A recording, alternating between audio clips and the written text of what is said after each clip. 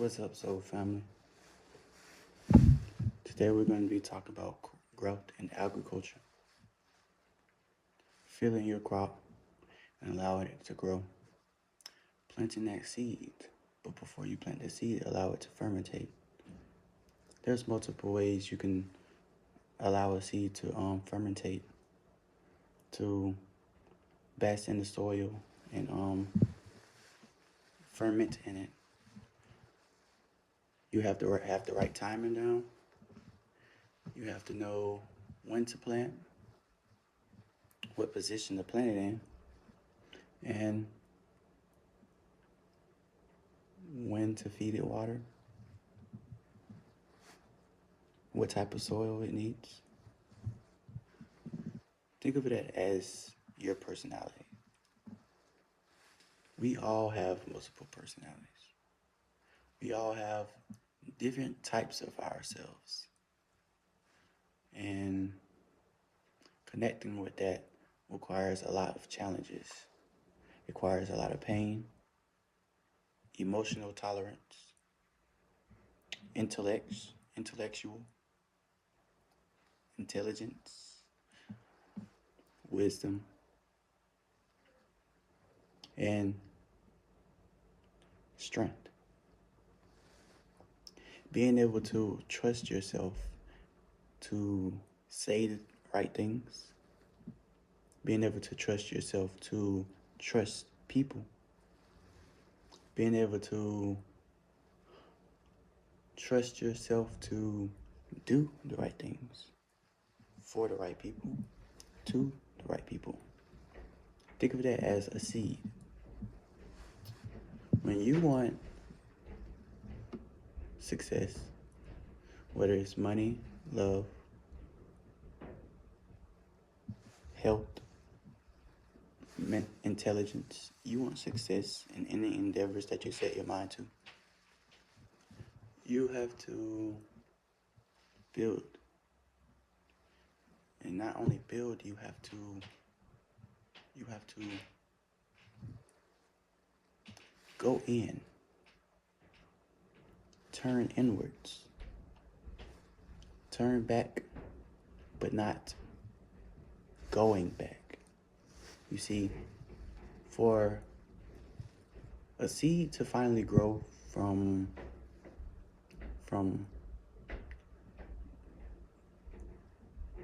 the small stage, the sprout stage, it has to first, what it does, it goes down, then it goes up. But when it goes up, gravity starts to take. So that all depends on how far you go down, what type of stability you give yourself, what type of strength you give yourself to stand upon, what type of morals, discipline, boundaries you enforce, not enforce, but allow. Coming up with your own boundaries, coming up with your disciplines, and make sure that you stay the course, make sure you don't give up, make sure that you're strong enough to keep going when it gets hard. That all depends on how far you went down, how far you let your roots stretch, how much of yourself you healed, how much of the darkness that you allowed to be covered in so that you can see how bright you truly are. And whether we like it or not, we need other people for it. Because not only people will give us the water to grow, they can actually give us the manure to have enough moisture and have enough I'd say bacteria, but it's not actually bacteria, nutrients to grow. And when people don't believe in you, sometimes you can transmute that. You can turn that shit that they give you into manure. And when people give you water, the people who gave you water will eventually have a fruitful tree because they trust themselves, and them trusting themselves brought them around people that they can trust. But you have to go through a stage of not just enlightenment, but in darkness. You have to go through the dark.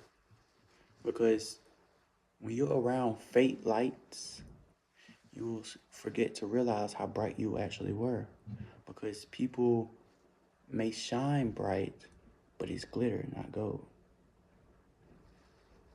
And once you go into a state of isolation, disassociate yourself from people, from negative people, things, you will realize that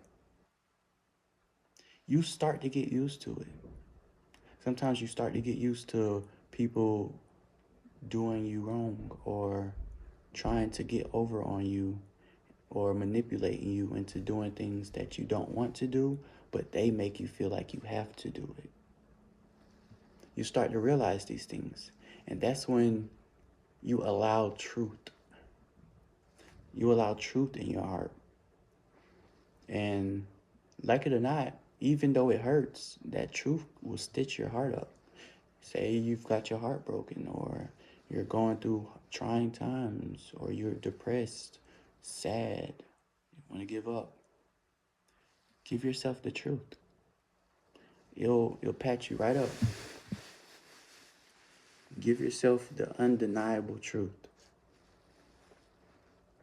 And I'm not talking about responsibility or accountability. The potent version of the purest truth that is out there is that for some reason, we have a spiritual side to ourselves that no one would ever know about. We have another world that we refuse to acknowledge.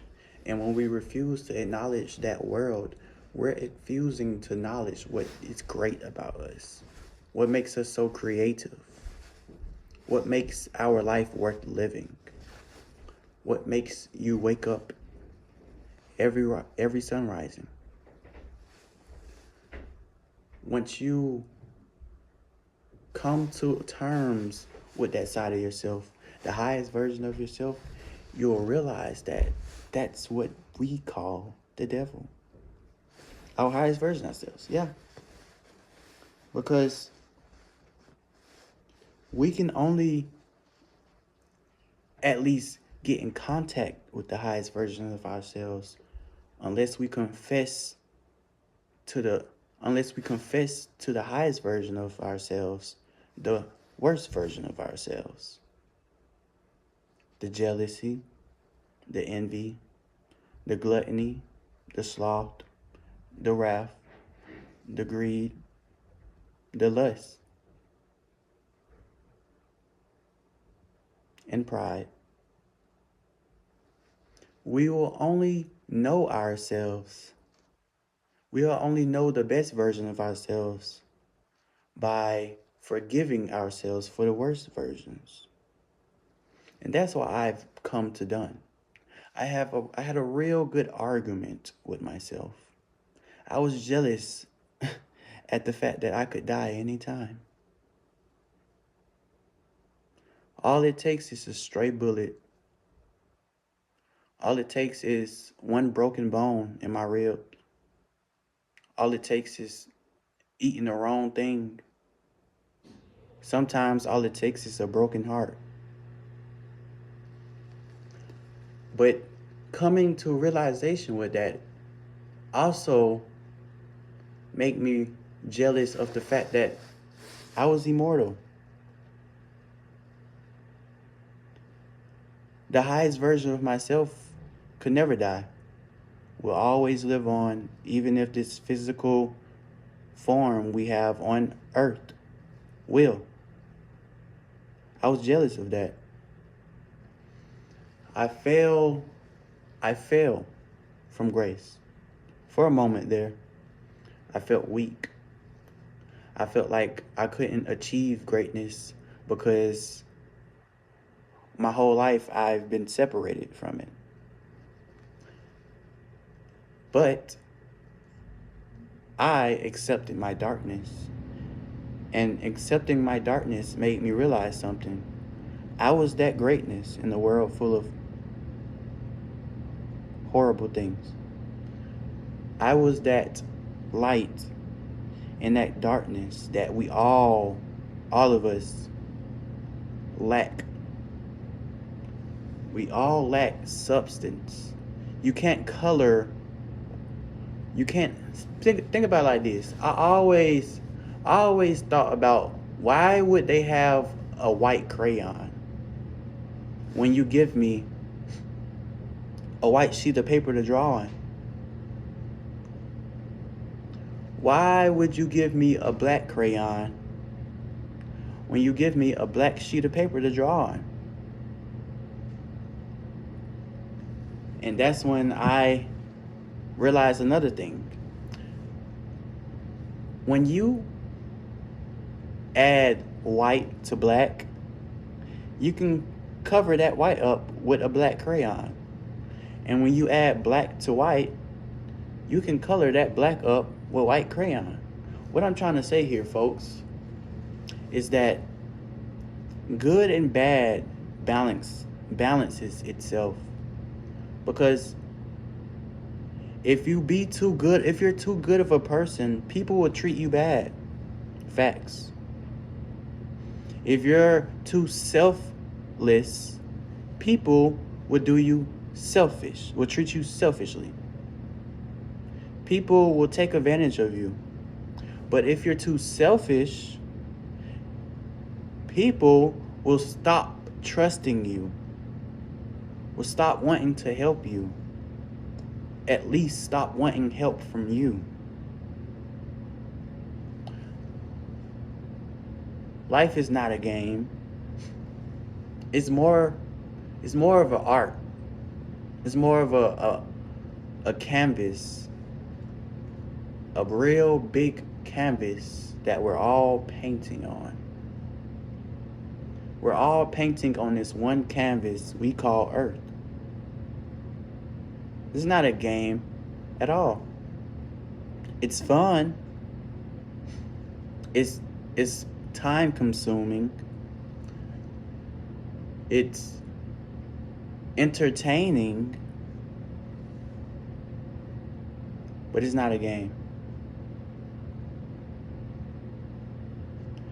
Last night I realized something. That we all have these figures of immortality in ourselves. Some people may say, I was here before in a past life. I reincarnated.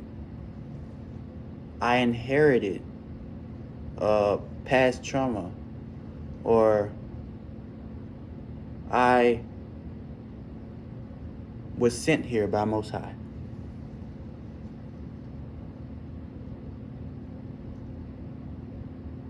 These things are beautiful things. They're like art. If you see how they paint the gods, you see the statues they make and the stories they tell and what type of meaning that they give gods, we give gods, you'll understand that you are that God. And after you understand that God, after you realize that you've been worshiping that God, by understanding someone, that means you are worshiping them, by the way. So when you understand that God, you start to understand that God. You start to realize me and that God have some similarities and qualities that are valuable to oneself. And once you understand the God, you'll start you'll start doing the same things. At least you'll realize the same things. You'll be able to control the same things. But throughout all that, you have to forgive that God, because that God is you. That's when you overstand it. When you overstand the gods of this earth, the gods of the realm called Gaia, you will become something totally different. It's like a caterpillar inside its cocoon, tossing and turning, terraforming into that butterfly.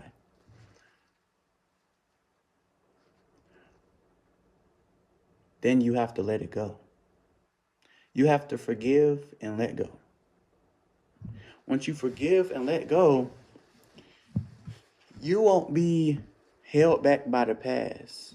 And when you try to move forward, you won't have to take a step back. You get me?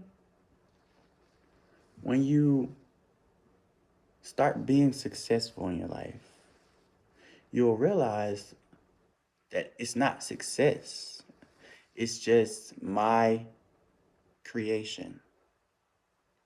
It's not it's not I obtained something that no one else could do. It's I created something that only I can do. It's not I'm rare. I'm one in a million. It's I'm that one in a million. I'm I am the one in a million. I am the I, the all seeing I,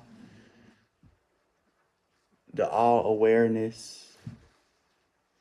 That's why I'm able to, that's why certain people are able to talk through telepathy. Certain people have empaths, and they feel other people's feelings. These things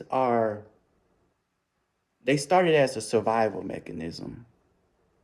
It started as, at first it started as the monkey. Well, I wouldn't say the monkey, I guess the tiger sensed that there was danger. All he did was feel that some other animal's feelings. He felt their survival instincts. He felt that that animal will kill to survive.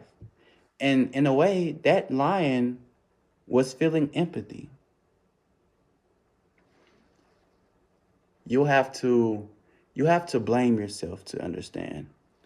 You'll have to blame yourself for what other people have done to understand the true side of an empath. You have to cry other people's tears to truly understand, and overstand an empath. Once you do that, once you've devoted your life to helping others because you don't want others to go through what you've been through, that's when you'll understand, and overstand an empath. And let's talk about telepathy, because that's my favorite thing. Telepathy can vary. It varies with motion. It varies with gestures.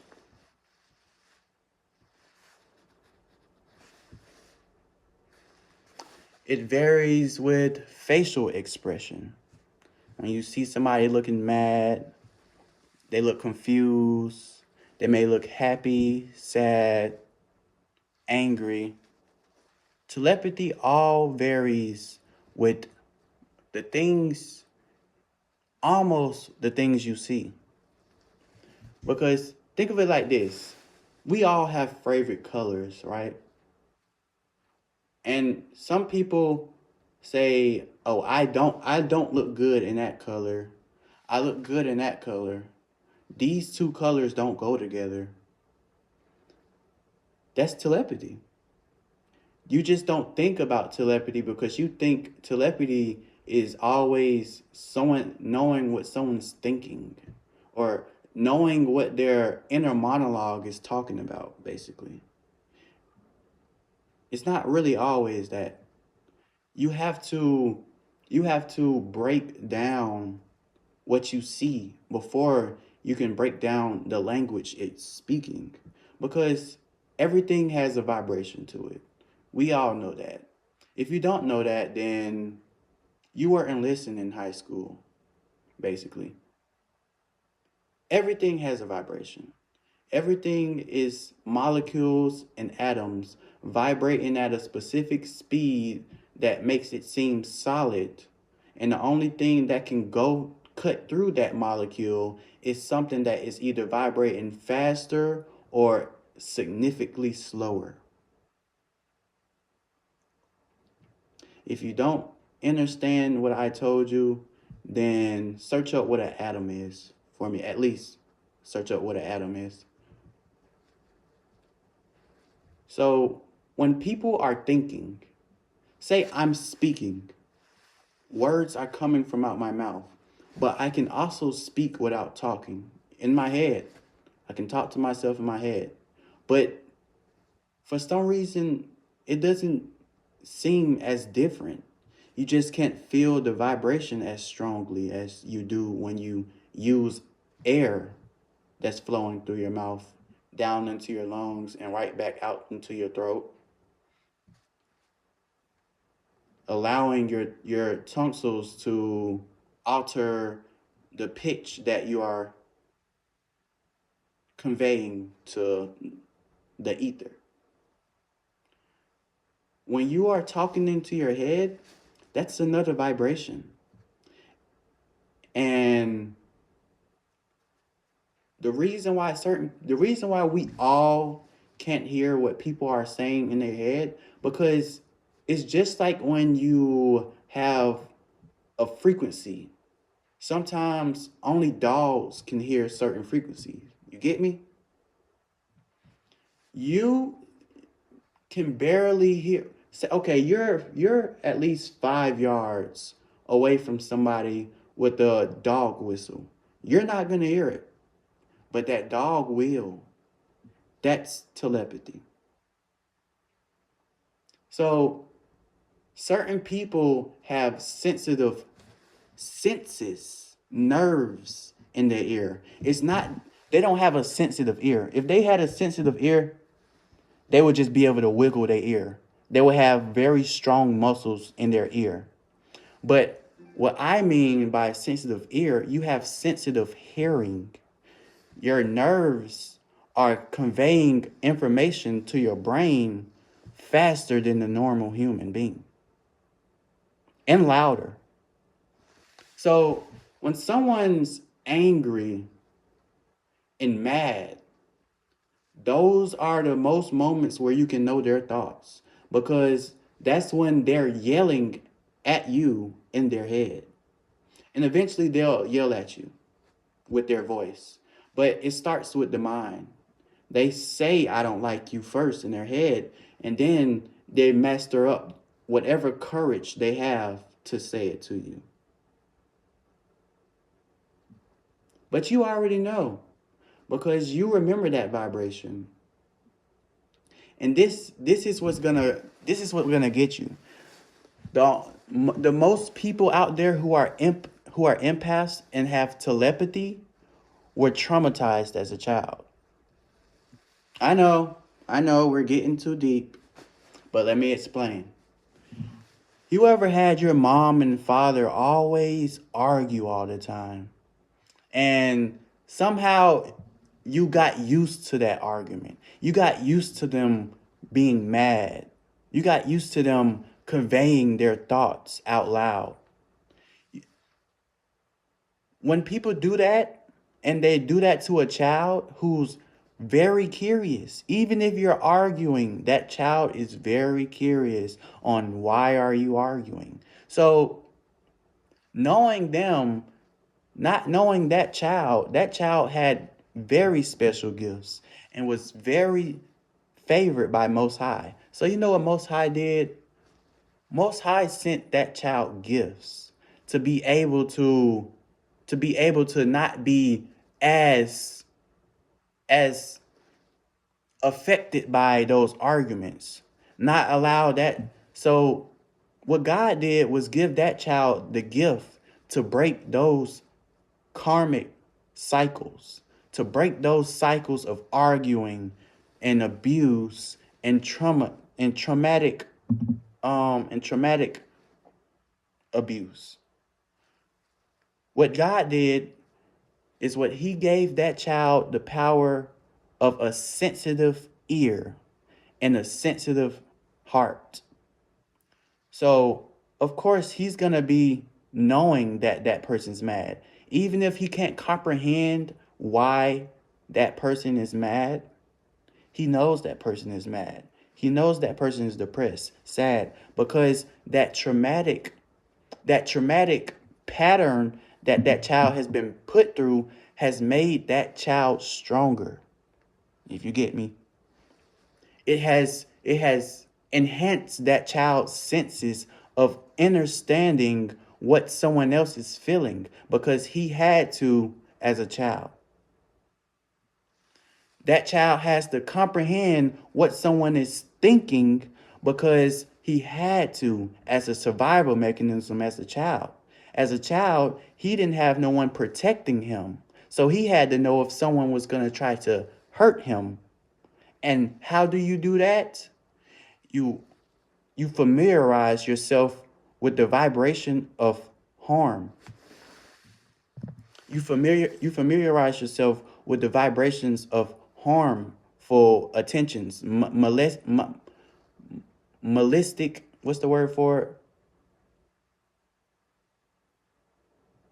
Just familiarizing yourself of what the what a evil person feels like.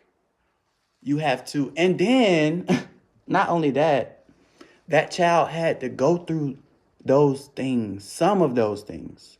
He still kept his morals, but that child did make mistakes because some things that child did not comprehend. The only way you will be able to comprehend if this person was this way or this person was that way is if you have been through it yourself.